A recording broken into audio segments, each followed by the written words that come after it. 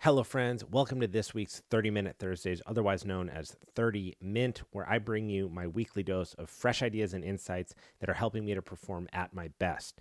From my favorite recovery hacks, training philosophies, and analyzed guest insights, I will come prepared each week in hopes that you can add some of these tidbits to your everyday life. Make sure to check out the website that just launched, www.maynideapodcast.com, which is also available in the show notes. This is the best place to stay up to date with all things podcast, Ask Me Anything, products that I'm loving, future events, community-only merchandise, and opportunities to support the show. Now let's get to it. If you are a true fan, please leave a 5-star review on Spotify. This helps the show so much with discovery and helps me to continually bring on incredible guests for the main show. Today, I'm going to be breaking down one of my absolute favorite pieces of equipment when it comes to strength and conditioning, the iron neck. In this episode, you can expect to understand what the iron neck is, my injury history and what led me to it, why it works, and my specific training protocol that I've developed over the past year using the iron neck every week. I hope you enjoy the show. So the iron neck has fast become one of my absolute favorite tools when it comes to strength and conditioning, and I definitely believe that more and more each week as I see the results and feel them in training. This episode's been a long time coming, but I want you to know that I have sat on this for a long time. I bought the iron neck full MSRP, no discount, no nothing, no product, no promotion, last October because I suffered an injury in a jiu-jitsu tournament in Del Mar last October 15th. So we had been training these takedowns specifically in training week after week after week. I was finally in the tournament. I won my first match. I was in my second. I had 2 more to go, and I shot for a takedown on my opponent, and I felt my head make contact with them, my whiplash. And you can see in the video of it happening, if you're watching on YouTube or Spotify, you can literally watch the video on the screen right now. There's a brief moment where I make contact and I immediately pull my head up and you see the reaction on my face. I knew something was wrong. I've had injuries before, and there's that moment, that what happened is bad. We went down to the ground. After the round was over, I did everything that I could to keep my neck limber, but there was something wrong. I could feel the referred pain from my neck down into my arms. And I just had to put my head down and work and finish the last couple of bouts and then go about my life. So I finished the tournament. It went really well. And the next day, I could barely move my neck. I knew something was wrong. I had to get in to see a doctor because this was not something that I was just going to ice and take Advil for. I went in, I got an MRI, paid out of pocket for it because I knew that I really needed to know exactly what was going on. And sure enough, cervical vertebrae C5 and C6, slight herniation. The herniation was causing pressure against the nerve, and that's explained the weakness and the pain down my arm. Fortunately, this was something that would decrease slightly. You can never really unherniate a disc, but the swelling can go down and the mobility can come back to the joint and you can get strength back, in my case. But I knew that I could not go back to strength and conditioning and my output of grappling and jiu-jitsu without addressing this head on. So for the better part of half a year, I took it upon myself. I did some research online. I leaned on my history as a coach and a trainer and understanding how muscle systems work. And I used the iron neck, but to be fair, I wasn't really using it properly. And I was unsure if this piece of equipment was smoke and mirrors or if this thing really mattered. Because I had seen so many different grapplers use it, but to be fair, in a social media age, it is so easy to get fed equipment and products and supplements by your favorite athletes because they're getting paid to do it. I didn't want this episode to be like that. I want you to know that I really sat on this for a full year, and I'm not even getting a benefit for it right now. I'm just that much of a fan, and here's why. On episodes 89 and 95, I sat with Dr. Mike Parkarski and Dr. Jonathan Amato. And we talked a lot about neck and cervical injuries, as well as lumbar injuries that are sustained in grappling sports. It's one of the most common things. Go to a jiu-jitsu academy. If there's 10 people on the mat, I guarantee you I can find 2 people that have a hurt neck, twisted neck, shoulder issue. Our head carriage sits on top of these 7 very important vertebrae. And if you don't have structure around to properly support that, it's a recipe for disaster. I was the result of that disaster. Despite being strong, I'd never properly trained my neck for the sports that I was doing because I thought that if you just push and pull and press, you're fine. So in the short term, I threw the whole kitchen sink at it. I was doing tripod exercises from old wrestling programs. I was doing weighted neck rotations and pretty much anything that I could find that had a little bit of evidence behind it, I was trying. But I also had this iron neck and I was utilizing it, just not really feeling the benefits. Talked to John and Mike, and Dr. Amato said, you need to be doing isometrics. You got to get away from the compression.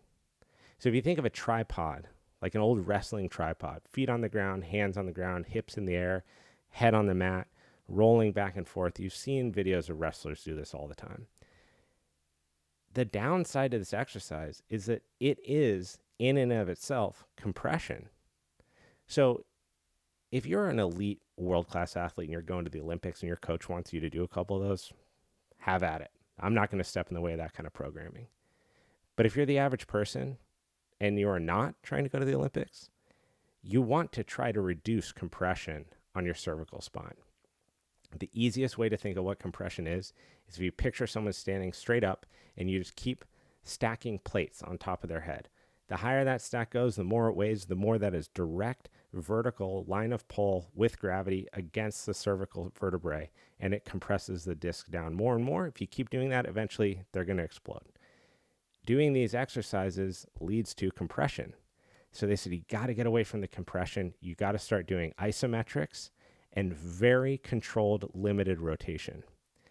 Now, on the flip side of this, and having had communication with Iron Neck and have been given access to their online library, which is incredible, they have gone above and beyond to put forth a substantial library of exercises that show you how to properly do this. But with my chip on my shoulder and ego of being a trainer, I just thought I'd figure it out. So I go back to the drawing board and I start doing these isometrics. We'll pause here because I want to go into why this works. And later on, I will explain my exact protocol to what I'm doing. So muscles work in a lot of different ways.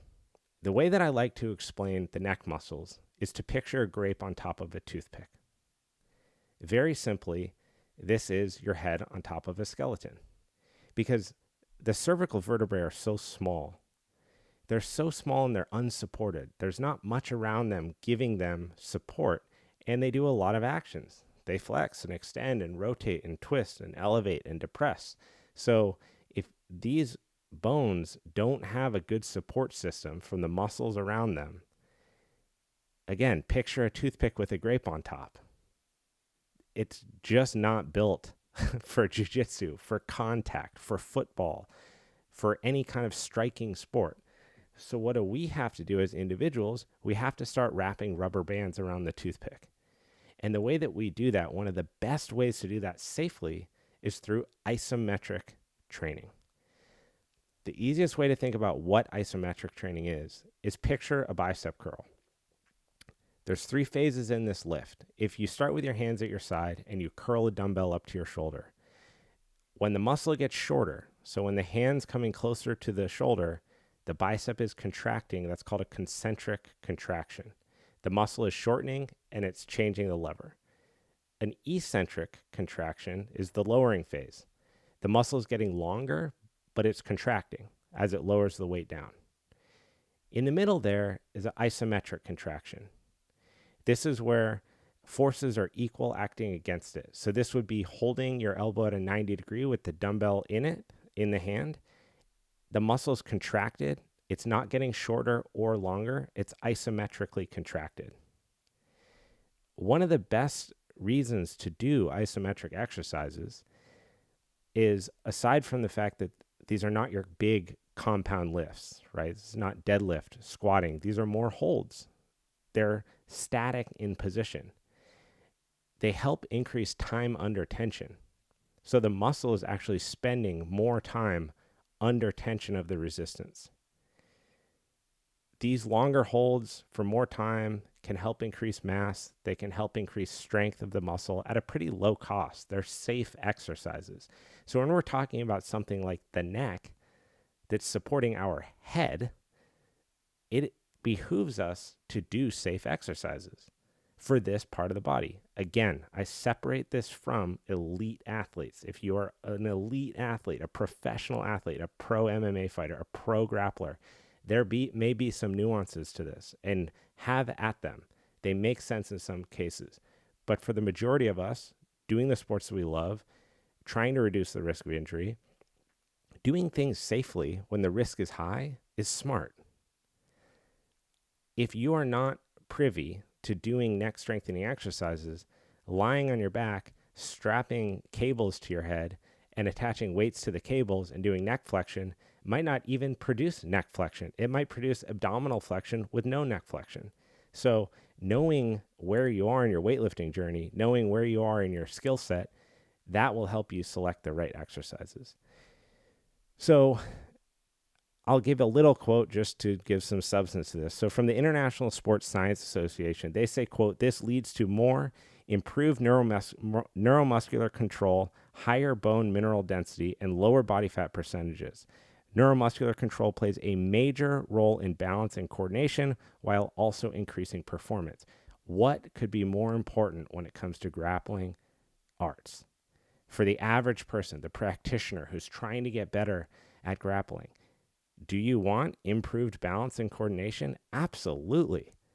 Do you want that to also happen while you're increasing performance? Yes. Do you want the neck to spend more time under tension safely? Yes. Why? So that when you and your partner are sparring and you miss a hand position and you go straight to your head, you have rubber bands wrapped around the toothpick, supporting the grape on top. I don't think that there's a better example to think about how to build strength around your cervical spine. So, with this in mind, I go back to the drawing board and I start to play around with these isometric exercises. These are static holds against the resistance of the iron neck, focusing on really important things like posture, trying to reduce protraction. So keeping my chin close to my Adam's apple, standing up tall, only applying enough resistance to the point where I'm getting a result, but it's not so hard that it's changing my body position and adjusting the mechanics in a negative way. And I started small, really small, short duration, very limited angles with no fancy bells and whistles. I really went back to the absolute basics on this. And I did keep two versions of other neck strengthening exercises. One is supine, meaning lying flat on your back with your head off of a bench so it can move freely, with weight applied to the forehead, flexing my neck. So trying to draw my chin to my collarbone, repeated, for high reps at relatively low weight, something that I could control. This was another version that was not compressing the vertebrae because the line of pull of gravity is acting through horizontally the vertebrae. So I kept those in there, and like I do with everything that I do, I got extremely consistent. I looked at my training schedule and I said, what is going to be the thing that keeps me doing this? Because I have to give this a shot. If I'm going to tell people that they should use an iron neck, if I'm going to recommend this to my clients, if I'm going to recommend this to anyone else that I train with, I have to be able to stand on both feet and really say that this thing works. So I baked it into the end of my training sessions. I knew no matter what, I can dedicate 8 minutes every single training session to just doing these exercises. And the reason I picked a small duration is because I didn't want to lose consistency, because I knew that doing this here and there really doesn't matter. And I've seen people do this before, especially with things like the iron neck. Whatever the hottest piece of equipment is that people get their hands on, they stick with it for a little bit and then they give it up. They get really psyched on cold plunge, so they go 3 times, then they're over it and they stop. They hear about sauna, so they go a couple times, then they realize it's boring just sitting inside of there and they stop. All of these things function on consistency. If you're not consistent with the modality, even if it's a small frequency, like for me, 2 times a week, then it's going to fall apart and you'll never know if it would have worked for you. So I start to implement this, and I started with a very low duration. I think that starting with low duration is important because it gives you an opportunity to feel how the iron neck acts with you. And the reason I say that is that it is uncomfortable building neck strength, I can say, being a year into this. I wish that I started this when I was 15, but I started it when I was 34. So take it or leave it. It feels uncomfortable and it doesn't feel like building strength in other areas. When you do deadlifts or when you do squats, you get sore in your legs. When you do neck strengthening exercises, even at a low intensity, your neck gets tighter because you're stressing the muscle fibers and they're going to constrict. Even if you do intelligent things like add neck stretches to your stretch protocol, it's going to, in the short term, cause more constriction and less of a range of motion, which almost feels counterintuitive because your whole purpose of doing this is to have a stable, mobile neck that's functioning in the sports that you love to do. So I started with a really low duration that I knew that I could perform perfectly. And I did this by videoing it to make sure that the way that it felt was also the way it looked. And that's a really important part because one of the things I've noticed with the iron neck is that you might feel like you're doing the right thing posturally, like you have your chin in the right position, you're tall through the top of your skull, you're in line with your shoulders, and you watch a video and you're actually completely protruded or overly retracted, or you're off the center line, you're favoring one shoulder or the other, one trap's tighter. So this video feedback component was really important in the beginning with me getting to see if what I was feeling was actually what I was doing. Once I refined the posture of it, I felt comfortable adding duration. So I would add 10 seconds every week, which again, sounds like nothing. And it was a frustratingly small amount to increase because especially if you're accustomed to strength training, the increases you can make are so great. And sometimes you can feel like you're not doing a big increase and you're not doing anything at all. And that's definitely not the case with the neck strengthening exercises. So add a little bit more, add a little bit more. And there's two things that I noticed after about 4 months. And I know that that sounds like a really long time to see an improvement, but we're talking about very small vertebrae, an extremely complicated support system, and small muscles that are trying to build strength over time. And a sport that is really unpredictable, fast, powerful, with no video feedback, unless you're videoing yourself. So how do you really get a taste for it? What I noticed is a felt increase in circumference of the neck. Now, if that sounds odd, why would you care about that? I go back to this example of the toothpick, the grape, and the bands. If you picture the grape on top of the toothpick, the more circumference that you get around that toothpick, the more support it's providing to the grape. So it doesn't mean that we all need 20-inch necks, but the more circumference on your neck to support your head is going to help reduce the risk of injury. And there's even research showing that it helps reduce the risk or consequences of concussions. Because again, that grape is getting throttled less per impact due to the strength of the rubber bands. So starting small, increasing resistance over time, making sure that that resistance is increasing with proficiency, that you are actually mastering the mechanics of the movement, become so important. So let's break down what my actual protocol is. And this is something that's been refined, like I said, over the past year. I stand by this 100%. I did it on Tuesday. I will do it tomorrow. I will do it every single week. And I feel this when I'm training with my partners because, knock on wood, I haven't sustained a neck injury in over a year. This was something that had been happening frequently. I have better range of motion in my neck. I know this from my ability to stretch it. I have no nerve pain at this point. Think about that for a second. I got an MRI, C5, C6, herniation, referred pain all down my arm, weakness in the tricep. Doing a push-up was difficult. A year later, no pain. No pain. There's other factors that go into this. Sure, sleeping, stretch protocol. I'm sure nutrition plays into it. Style of training. But I still train hard. and I still like intense training sessions, this has been the one main factor that changed. 100% consistency to the following protocol twice a week, every single week, and it only takes 8 minutes each session. So I get to the end of my training session, and this is what I do. I set a timer. In the first and early weeks, like I said, I set this timer for 30 seconds, and I looked for 10-second increases each 2 weeks until I was up to 1 minute.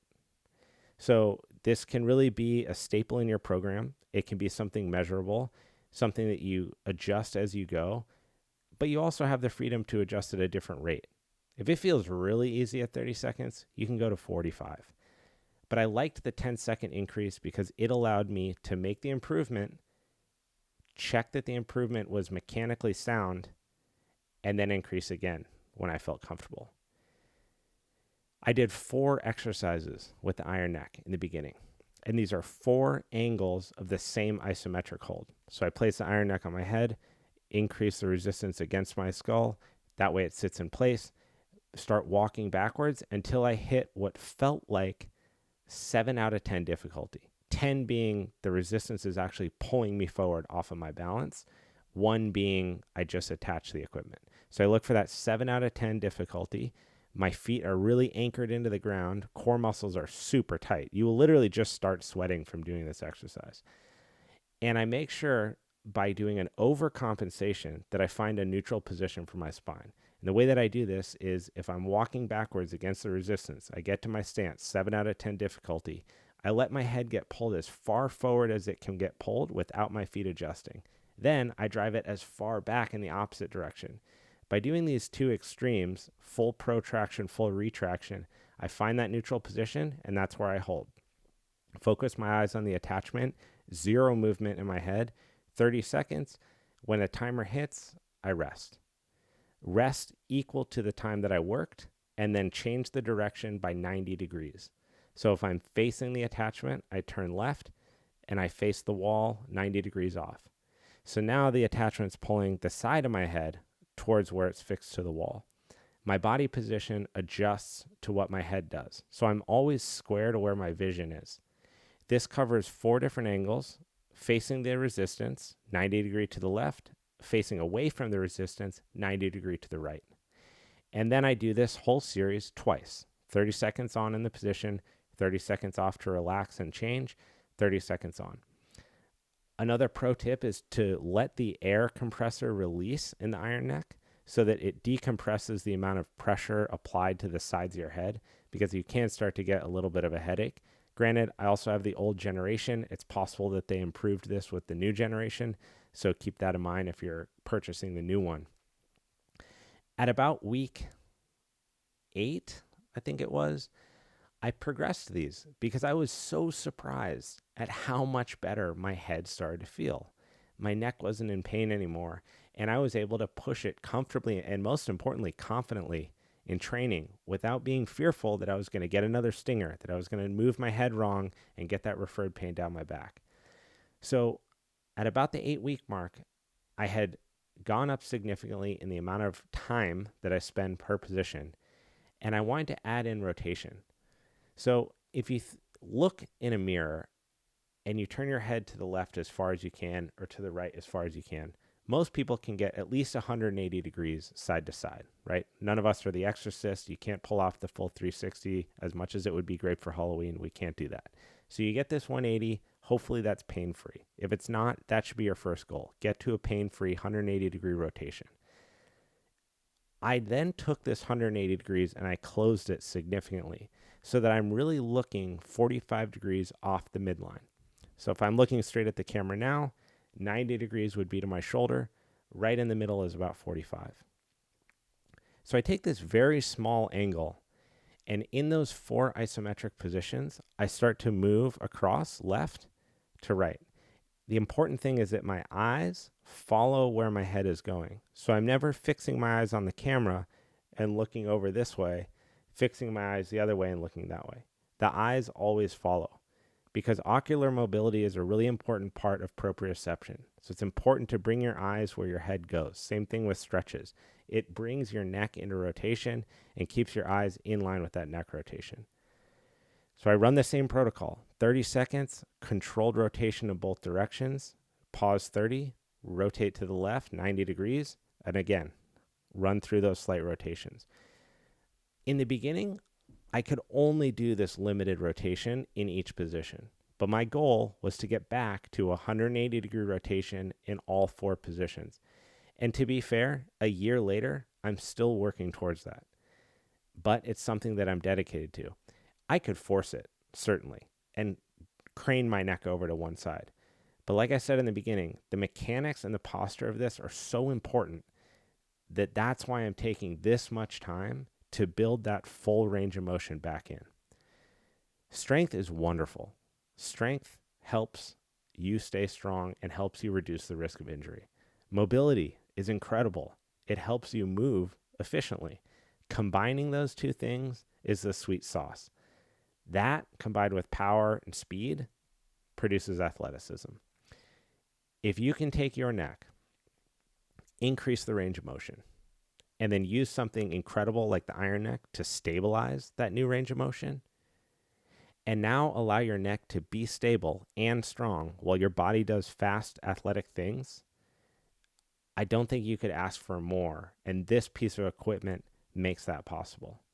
Like I said, I've tried to replicate this in many different ways, and there's not a piece of equipment that does it well. There isn't. I've attached bands, handles, towels, bands with handles attached to them, monster bands, rogue bands. It doesn't matter.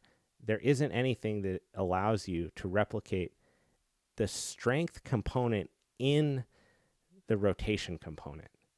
And that is what makes it such a valuable tool for injury risk reduction, but specifically for grappling, because so much of the sport is head control. Your opponent's grabbing the back of your head. They're trying to push your face out of the way. They're trying to get a hamstring around your neck so they can get an arm bar, whatever it is, snap down guillotines. Your ability to control your head carriage, and keep that in line with the rest of your body, it's going to allow you to be a better grappler, transition positions better, and reduce the risk of injury in the event that you slip, fall, bang your head, smash your head against a wall, whatever it is. Those things happen when we're training, and it's unfortunate because I've literally watched teammates sidelined for months because of a neck injury. I know too many professors that have neck surgery to heal or replace or cage discs that have been damaged over a lifetime of doing jiu-jitsu. So between the sauna, the cold plunge, the strength training, and the use of the iron neck, I'm really just trying to hedge my bets as best as possible so that I can keep doing this sport that I love, that I can keep training, keep doing all the other things that I love, like skiing and surfing and exercise, without having to take a step back because of something that could have been prevented. So I stand by the iron neck. I hope in the future that there's some sort of partnership that develops so that I can get more of these into the listeners' hands because, like I said, I really, really believe in this product. I'm actually working to get the CEO on the show because I would love to pick his brain on what led him to create this and get it out to athletes. You're seeing tons of NFL programs, contact sports programs adopt these and actually utilize their programming and their approach to help athletes reduce the risk of head injuries and concussion injuries, which from the CTE information we have and witnessing the sad, unfortunate events that happen to some of these pro athletes from repeated head injuries, I don't think that they can get enough praise for what they're doing for young athletes. So check it out, Iron Neck. I hope that this episode's been valuable for you. If you have any questions, reach out to me directly. I'm always available on social media or email on the show. You can check out and get in contact with me directly there. I'm happy to walk you through what I do, how I do it, when to progress things, and help you out because this has made a big impact on my life and my ability to train at the desired intensity that I want without having to worry about my neck. And I hope that you can too. If you like this show, if you found any value, please take 5 seconds, leave a 5-star review on Spotify. It helps the show so much. I know I say it all the time, like I'm beating the dead horse here, but it helps the show get discovered organically. And that means the most to me, that people find this because it's been shared by other like-minded people. I hope you have an epic weekend. Don't forget to tune in next Tuesday at midnight for episode 110 of the Main Idea Podcast.